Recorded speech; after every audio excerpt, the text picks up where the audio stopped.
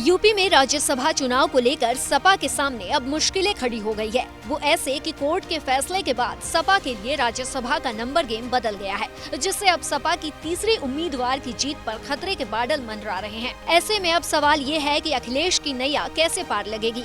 राज्यसभा चुनाव में वोट देने वाली सपा विधायक इरफान सोलंकी की याचिका कोर्ट ने खारिज कर दी है, लेकिन हम आपको बता दें कि इससे पहले सुबह सपा विधायक और सपा नेता अब्बास अंसारी को भी कोर्ट ने वोट देने की अनुमति नहीं दी थी।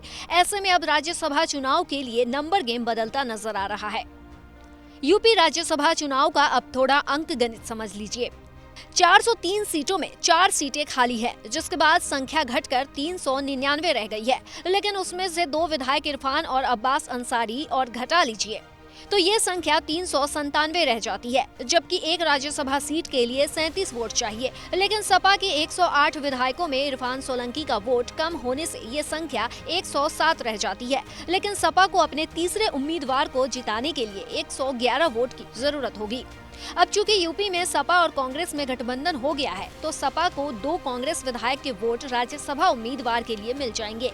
मतलब सपा के पास 109 विधायकों का आंकड़ा हो जाएगा, लेकिन जिसमें अभी 2 विधायकों की कमी होगी। ऐसे में सपा प्रमुख अखिलेश यादव के राज्यसभा प्रत्याशियों की नैया राजा भैया के हाथ में आती दिख रही है। राजा भैया की पार्टी में राजा भैया को मिलाकर 2 विधायक हैं। अगर सपा की राजा भैया से बात बन गई तो फिर अखिलेश की मुश्किल कम हो सकती है।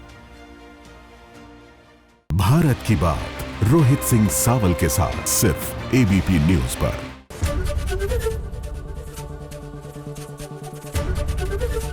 एबीपी गंगा, खबर आपकी, जुबान आपकी।